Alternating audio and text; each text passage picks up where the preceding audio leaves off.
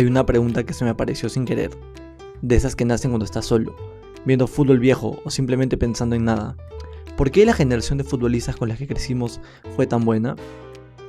Al principio pensé que era nostalgia, pero empecé a tirar del hilo y encontré muchos de esos cracks crecieron en medio del caos. Guerras civiles, crisis económicas, dictaduras, pobreza estructural, el fin de la Guerra Fría, el auge del narcotráfico, el terrorismo, el colapso de países enteros, es decir, nacieron en el ruido. Y quizás por eso aprendieron a brillar con fuerza. Como si la cancha fuera el único lugar donde podrían respirar. Entonces me surgió otra pregunta. ¿Qué tanto de su talento era talento? ¿Y qué tanto era la respuesta al mundo que les tocó vivir? Así que armé una lista de preguntas, algunas filosóficas, otras sociológicas y otras simplemente humanas, para tratar de entender cómo ese mundo roto moldeó a los mejores futbolistas de nuestra era.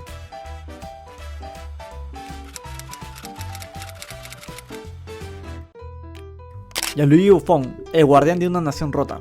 Italia en los 80s y 90s vivía sacudida por el terrorismo interno, corrupción política y la presencia de la mafia en todas las capas sociales. Parma, su ciudad natal, era símbolo de una decadencia industrial y de declive moral. Buffon no solo atajaba goles, atajaba miedos. ¿Cómo mantienes la calma cuando tu país parece condenado a repetirse? Desde la filosofía política, Gramsci se pregunta: ¿se puede una cultura resistir si su estructura se corrompe? Buffon resistió desde su arco. Fue moral en un país sin norte. El psicoanálisis de Lacan decía que el padre es la ley. Buffon se convirtió en la ley para Italia. El límite, la línea que nadie cruza. Su voz, su mirada, su liderazgo no eran solo deportivos, eran institucionales. Por eso no habrá otro Buffon, porque ya no se espera que un arquero salve un país. Keisuke Honda, el rebelde con causa en la tierra de la obediencia. Honda nació en 1986 en Osaka, en un Japón que crecía velozmente tras décadas de reconstrucción postguerra. Años antes, Japón había vivido un trauma nuclear de Hiroshima y Nagasaki, la redención total en la Segunda Guerra Mundial, la ocupación estadounidense y una transformación drástica hacia la modernidad y el orden. En los años 80 y 90, Japón vivía el estallido de su burbuja económica, pasó de la potencia imparable a una sociedad estancada, una cultura sobre trabajo, depresión silenciosa y expectativas sociales asfixiantes. En ese país, la obediencia era virtud y destacar un peligro. ¿Cómo sobrevive un niño rebelde en una sociedad que premia la uniformidad? ¿Cómo encuentra un espacio el inconformismo en un país donde el clavo sobresale? ¿Se martilla? Honda no era como los demás. Su juego era atrevido, su peinado diferente, su discurso disruptivo. Desde joven decía que él iba a jugar en Europa y ser estrella mundial. Muchos se reían de él. En Japón eso no se dice, pero Honda no quería agradar, quería trascender. Desde la sociología, ¿puede una sociedad hipercivilizada producir rebeldes funcionales? ¿Y si Honda fue el producto de un sistema que al oprimir también despierta? Desde la filosofía, Jean-Paul Sartre dice: estamos condenados a ser libres. Honda eligió esa condena. En un país que fabrica empleados modelo, él eligió ser protagonista. Él eligió la incomodidad, la presión, el desafío constante. Desde el psicoanálisis, Carl Jung habla del proceso de la individuación, el viaje del sujeto hacia el verdadero yo, más allá de la máscara social. Honda, al abrazar su diferencia, no solo fue un futbolista, fue una ruptura cultural. Keisuke Honda no fue el mejor técnicamente, pero fue quien rompió el molde. Demostró que se puede soñar en grande, incluso en una sociedad donde soñar es sinónimo de insolencia. Su legado no está en los goles, sino en cada niño japonés que dice quiero ser diferente y no teme que lo miren mal. Paolo Guerrero, el hijo de la redención nacional. Paolo nació en 1984, en pleno auge del conflicto armado interno peruano.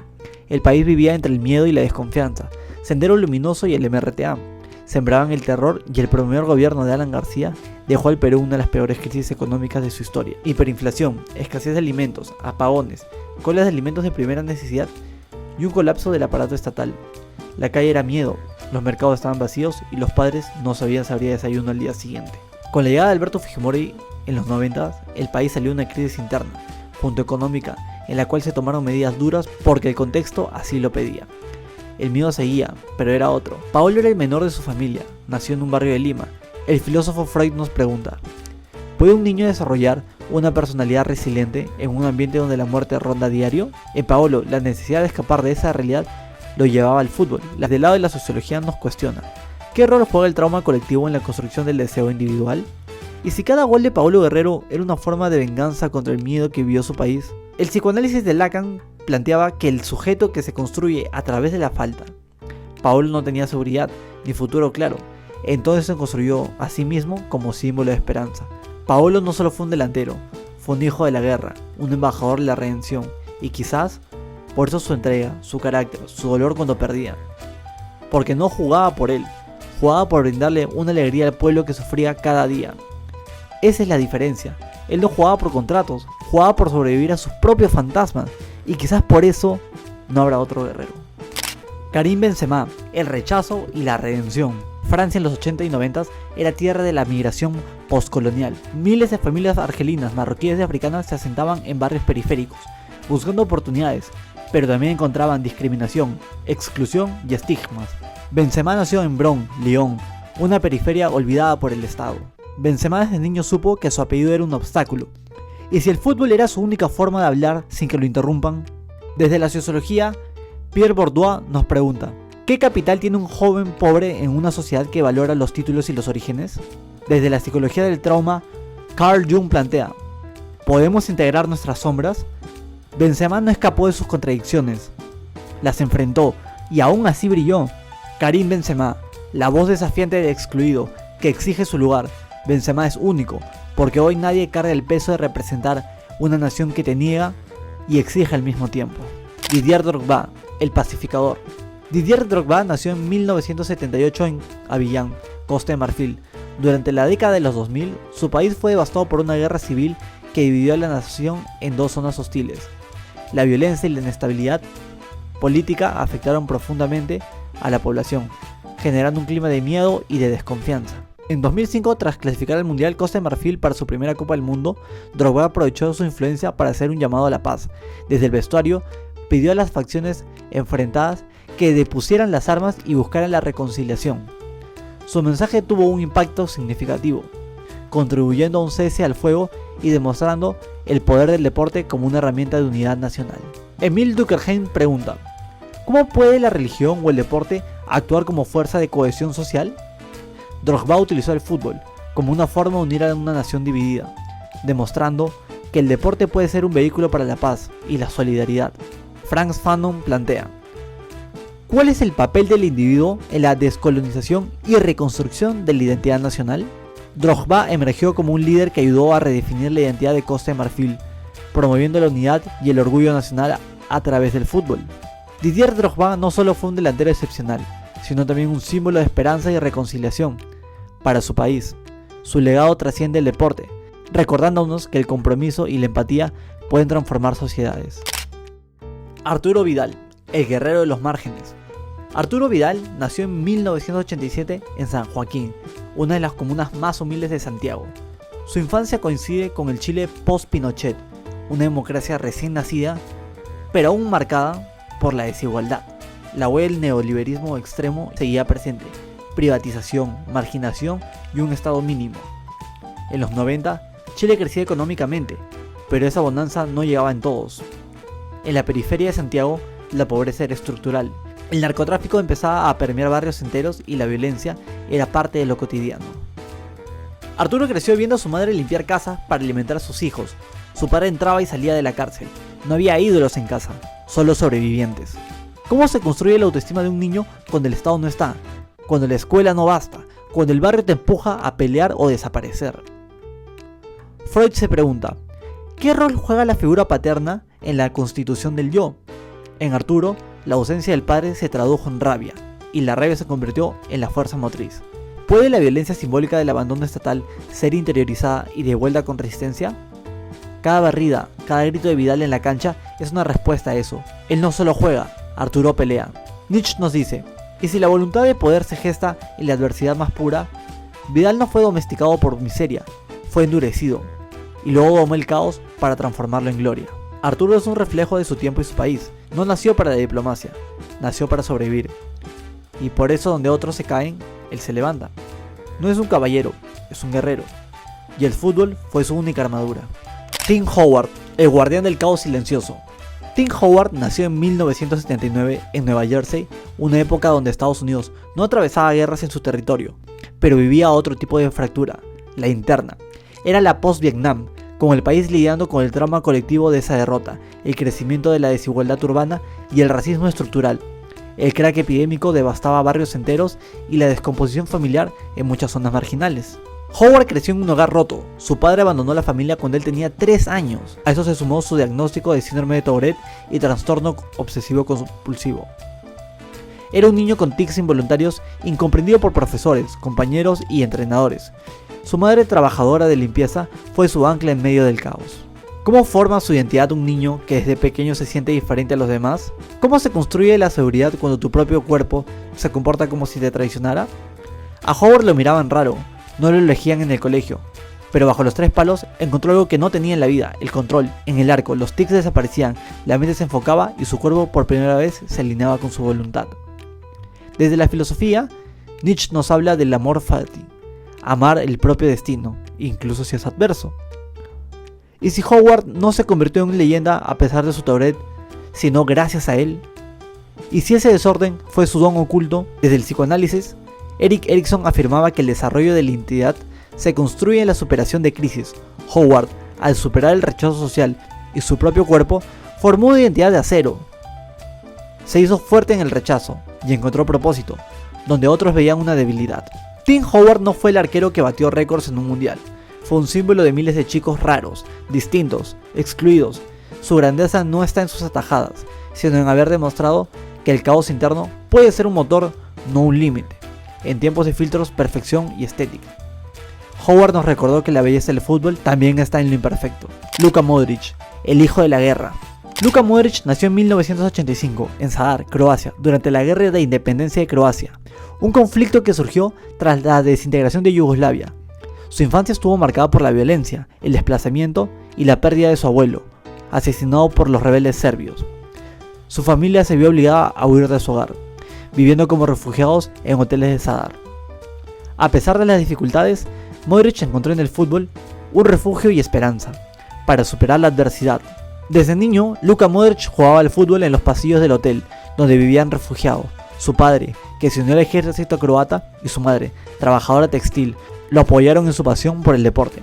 A pesar de ser rechazado varias veces por clubes debido a su físico, Modric perseveró, desarrollando una resiliencia que lo llevaría a convertirse en uno de los mejores centrocampistas de la historia. Pierre Bourdieu plantea: ¿cómo influyen las estructuras sociales en la formación del individuo? A pesar de las limitaciones impuestas por su entorno, Modric utilizó su talento, determinación, para trascender las barreras sociales y alcanzar el éxito. Luka Modric no solo es un símbolo de fútbol croata, sino también un testimonio viviente de cómo la resiliencia y la pasión pueden superar incluso las circunstancias más difíciles. Su historia inspira a generaciones a encontrar esperanza y propósito en medio de la adversidad. Kaká, la luz entre las favelas.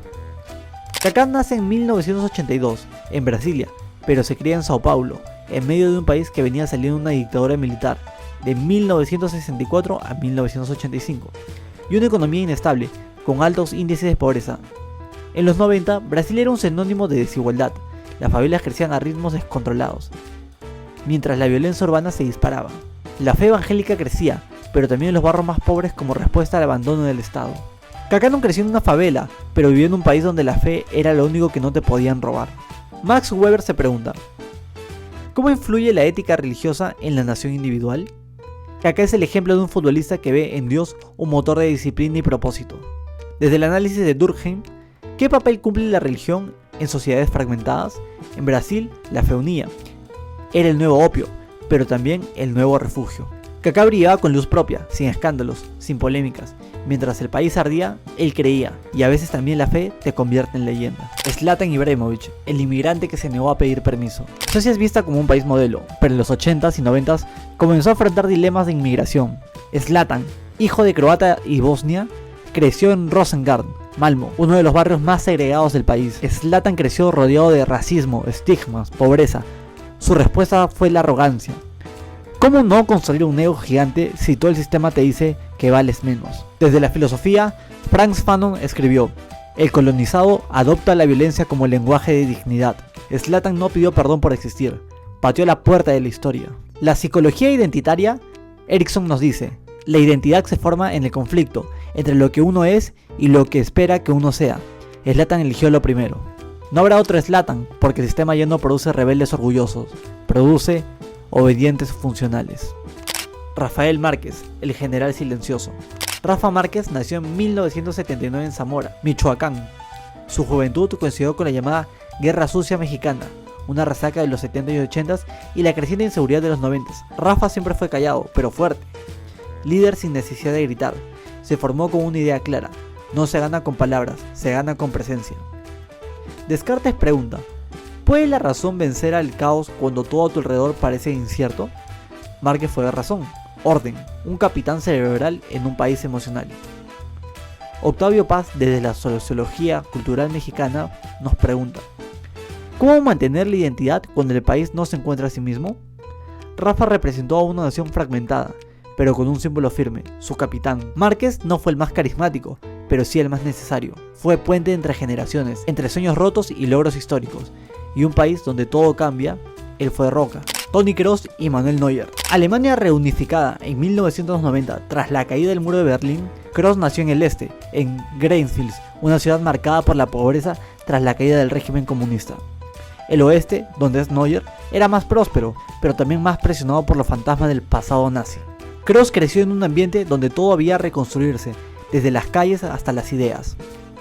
¿Cómo mantienes la disciplina en un mundo donde nada está garantizado?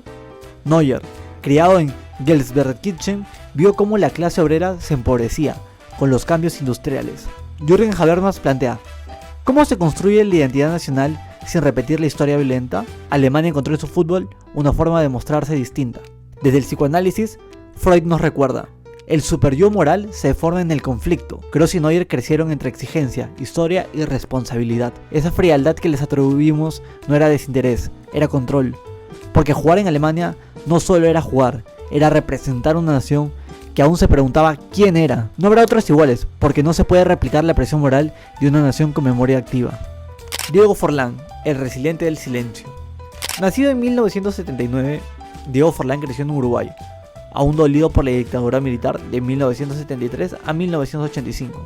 Aunque provenía de una familia futbolista, el país entero vivía bajo la sombra de la represión, la economía estancada, el desempleo juvenil alto y una clase media venida a menos pintaba el paisaje. Montevideo en los 80 y el 90 era una ciudad gris, con jóvenes que abandonaban los estudios o emigraban. Uruguay no era una fábrica de cracks, era una nación que sobrevivía con lo justo. Forlán crece con dos cosas, un apellido y una herida. Su hermana quedaba parapléjica en un accidente y eso marcaba su vida para siempre. Víctor Frank se pregunta: ¿puede el dolor ser convertido en propósito? Diego dijo sí. Desde la filosofía uruguaya de Carlos Real de Auza, ¿cómo encontrar el sentido en el deber si el contexto no ofrece esperanza? Forlán fue un jugador estoico, un tipo que no gritaba, pero nunca se escondía. Forlán no era un crack por talento desbordante, era una roca emocional. En medio de un Uruguay que busca reconstruirse, él fue el ejemplo de consistencia, y eso también es coraje. Tim Cahill, el pionero multicultural. Tim Cahill nació en 1979 en Sydney, Australia, en una familia de origen samoano. Creció en un país que, aunque próspero, enfrentaba desafíos en términos de integración multicultural y reconocimiento de las comunidades indígenas y migrantes. El fútbol, considerado un deporte menor frente al rugby y al cricket, ofrecía pocas oportunidades para los jóvenes de comunidades diversas. Desde temprana edad, Cahill mostró su pasión por el fútbol, enfrentando obstáculos debido a su origen y al escaso apoyo al deporte en Australia. Su determinación lo llevó a jugar en Inglaterra, donde desarrolló una exitosa carrera. La selección australiana participó en 4 Copas del Mundo, convirtiéndose en un referente en el fútbol de su país y un símbolo de la diversidad cultural australiana. ¿Cómo se construye la identidad en contextos multiculturales?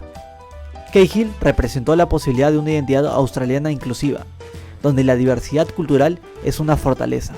Michael Foucault pregunta: ¿cómo influyen las estructuras de poder en la formación de los discursos y las prácticas sociales? A través de su éxito, Cahill desafió las narrativas dominantes sobre el deporte y la identidad en Australia, promoviendo una visión más inclusiva y diversa. Tim Cahill no solo abrió el camino para futuras generaciones de futbolistas en Australia, sino también redefinió lo que significa ser australiano en un país cada vez más diverso. Su legado es un testimonio del poder del deporte para unir culturas y romper barreras. Radamel Falcao, el símbolo de la fe en medio del fuego. Falcao nació en 1986 en Santa Marta. Su niñez coincidió con los años más crudos del conflicto armado colombiano. El país vivía una guerra a tres bandas: el Estado, los paramilitares y las FARC.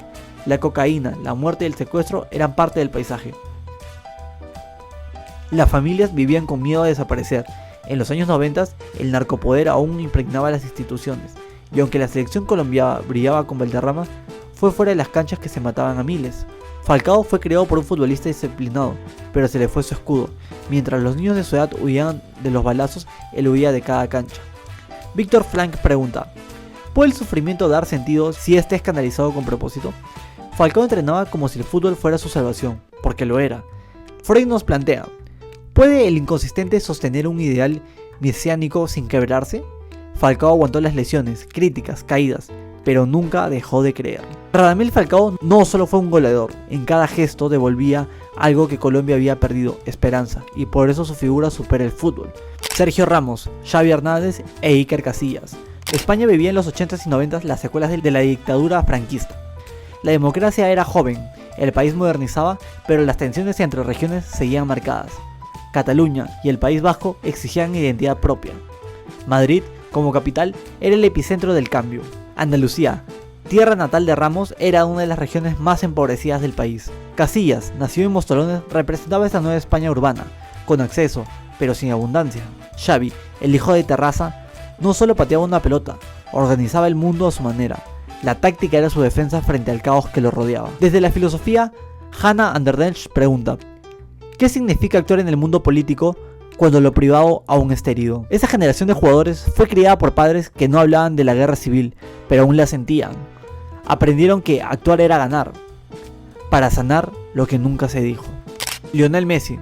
Lionel Messi nace en 1987, en Rosario, una ciudad golpeada por la desindustrialización que azotó a Argentina en los 90. El país pasaba de la hiperinflación al modelo de convertibilidad de Menem, con privatizaciones masivas y aumento de la desigualdad. La clase media desaparecía, la pobreza infantil crecía y mientras tanto, Rosario se volvía cuna de crimen y desempleo. Messi se va a España de niño, no por gusto, sino por necesidad. Nadie en Argentina podía costear su tratamiento hormonal. Jans Lacan se pregunta: ¿qué es la falta en el sujeto? ¿Cómo se construye el deseo? Messi quería crecer, físicamente, metafóricamente. Bourdieu se plantea: ¿qué capital social se pierde cuando se migra? ¿Y qué se gana? Messi no tenía amigos, ni idioma, ni pertenencia, solo talento y fe. Messi no solo se convirtió en uno de los mejores, es un exiliado emocional, un niño pequeño, tímido, solo, que encontró en la pelota una patria portátil. Cristiano Ronaldo, el hijo de Madeira. Cristiano nació en 1985 en una isla marginada del país, Madeira. Su familia era humilde, su padre jardinero, alcohólico y su madre limpiaba casas. Portugal atravesaba una transición lenta hacia el desarrollo post-dictadura, aún con altos niveles de desigualdad. Cristiano lloraba porque no podía comprarse zapatos, porque no quería volver a la pobreza. ¿Cómo no obsesionarse con la perfección si fallar significa volver al hambre? Desde la filosofía, Friedrich Nietzsche nos dice: el hombre fuerte es aquel que supera su destino, no el que se resigna. Cristiano Ronaldo no se resignó nunca, su ego era vanidad, era armadura. Desde el análisis sociológico, ¿qué pasa cuando un niño ve morir a su padre por alcoholismo y decide que no será así? Cristiano era voluntad pura, era rabia bien dirigida. Cristiano Ronaldo no solo es el mejor atleta y futbolista de todos los tiempos, es un testimonio, no habrá otro igual, porque muy pocos conocen lo que es crecer en una isla donde el mundo parece imposible. Entre 1980 y 2000, el mundo vio nacer a futbolistas que no solo destacaron por su talento, sino también por su capacidad de superar adversidades y convertirse en símbolos de esperanza para sus naciones. Crecieron en contextos de guerra, pobreza, discriminación y utilizaron el fútbol como una herramienta para transformar sus vidas y las quienes los rodeaban. Hoy, aunque el mundo sigue enfrentando los desafíos, las condiciones han cambiado. La globalización, el acceso a la información y los avances en los derechos humanos han creado nuevas oportunidades, pero también han diluido algunas de las motivaciones que impulsaron a las generaciones anteriores. Zygmunt Bauman nos advierte: vivimos en una modernidad líquida, donde todo es frágil y nada es profundo. En este contexto, la construcción del héroe se vuelve más compleja. Aunque es posible que no veamos otra generación de futbolistas forjados en las mismas circunstancias, eso también es un reflejo de los avances que ha logrado la humanidad. Hoy más niños pueden creer en la paz, con acceso a oportunidades y sin el peso de traumas colectivos. El desafío ahora es cultivar nuevas formas de resiliencia y liderazgo adaptadas a los tiempos actuales. porque si no volvemos a ver otra generación igual, no es porque los de ahora no sirvan, sino porque al menos un poco el mundo mejoró.